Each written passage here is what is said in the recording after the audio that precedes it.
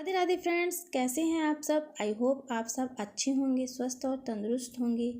Friends, आज बात करेंगे हिंदू धर्म के बहुत सारे व्रत और त्यौहार के बारे में।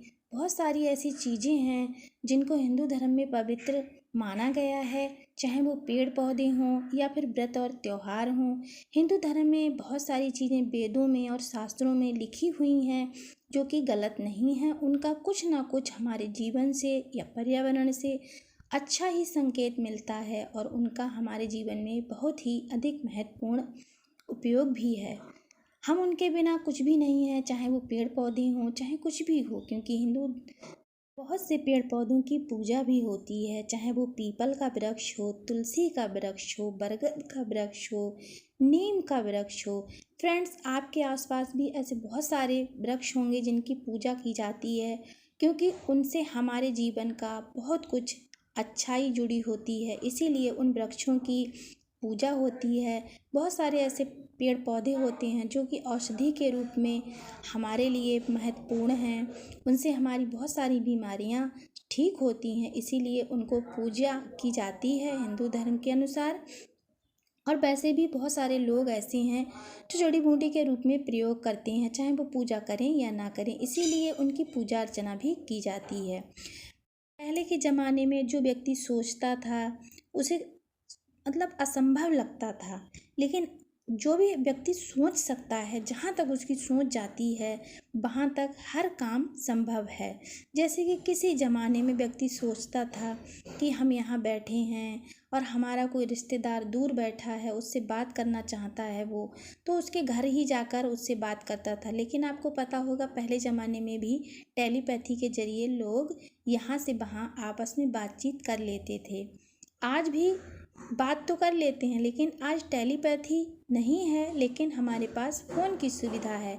तो हम यहाँ बैठे हैं 100 कोस 1000 कोस दूर, हम फ़ोन लगाते हैं बस एक कॉल में, और तुरंत ही हमारे परिजन से, हमारे मित्र से या हमारा जो भी सगा संबंधी होता है उससे हमारी तुरंत ही बात हो जाती है।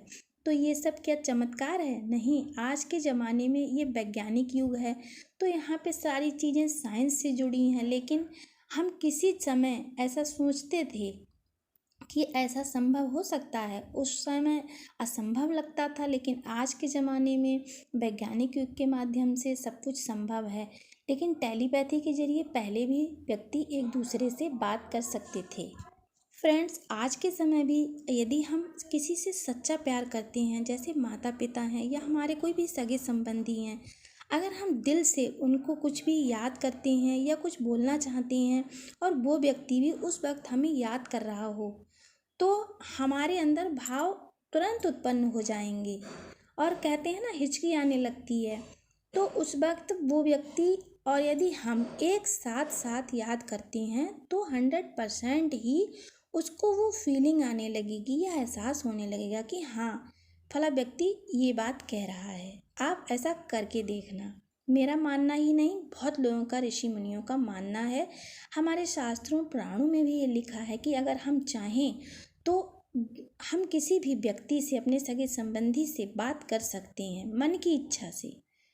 मन की इच्छा तो आप सभी समझते होंगे ना, मन की इच्छा से हम एक दूसरे से बात अभी भी कर सकते हैं, लेकिन उसके लिए फ्रेंड्स जैसे फ़ोन से हो जाती है वैसे बात नहीं होगी। उसके लिए हमें बहुत ही निरंतर अभ्यास करने होंगे और हमें योग साधना से, हमें ध्यान मुद्रा में बैठना होगा, जैसे हमारा फ्रेंड भी बैठे, हम भी बैठें, और डेली कई दिन, इसमें महीने भी लग सकते हैं, कई दिन भी लग सकते हैं। निरंतर जब हम बैठेंगे वो भी बैठेगा तो ये काम हो सकता है।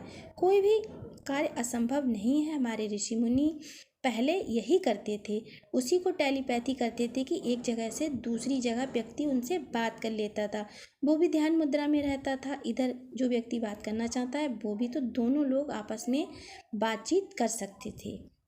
तो फ्रेंड्स, वैसे ही पेड़ पौधों के बारे में बताने जा रही हूँ आज के वीडियो में कि तुलसी माता का पौधा हमें किस दिन अपने घर में स्थापित करना चाहिए, जिससे कि हमारे घर के जो भी बुरे समय चल रहा है, या रुपए की या पैसे की जो भी किल्लत है या बीमारी है, किसी को लगातार बीमारी बनी हुई है, किसी घर के कोई भी घर का सदस्य हो, किसी भी घर में कोई ना कोई बीमार रहता ही है फ्रेंड्स। आजकल इतनी बीमारियां बढ़ गई हैं, इतना पोल्यूशन है वातावरण में, तो तुलसी का पौधा जो होता है वो बहुत ही अच्छा होता है।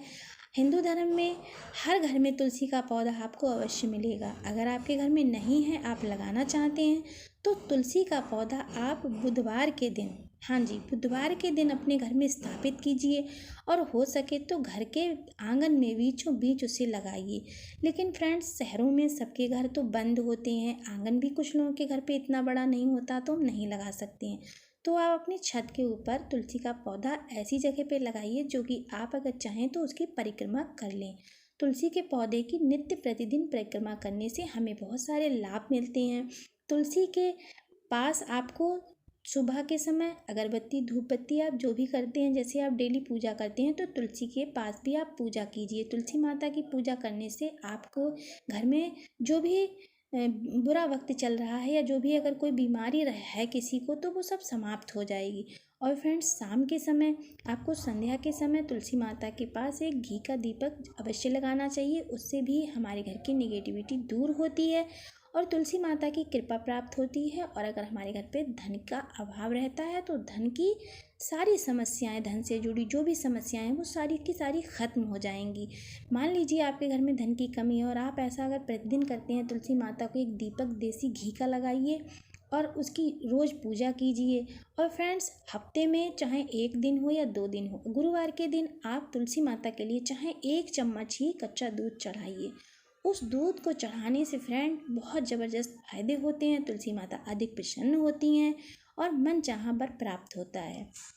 आप तुलसी माता की जो गमले में अगर लगा है या ज़मीन पे लगा है, तो उसके जो जड़ के पास मिट्टी होती है, उस मिट्टी को आप गुरुवार के दिन अपने मस्तक पर तिलक जरूर लगाइए। क्योंकि अगर जिन लोगों का गुरु बृहस्पति खराब होता है, उनके जीवन में भी तमाम कष्ट होते हैं।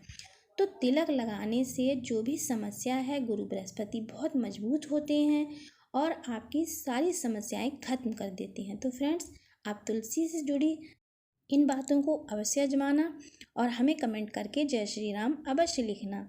और हमारे लेटेस्ट वीडियो देखने के लिए आप प्लीज़ हमारे चैनल को सब्सक्राइब कीजिए, बेल के साथ प्रेस कीजिए, जिससे कि हमारे आने वाले लेटेस्ट वीडियो सबसे पहले आप तक पहुंचेंगे। तो ओम नमः शिवाय।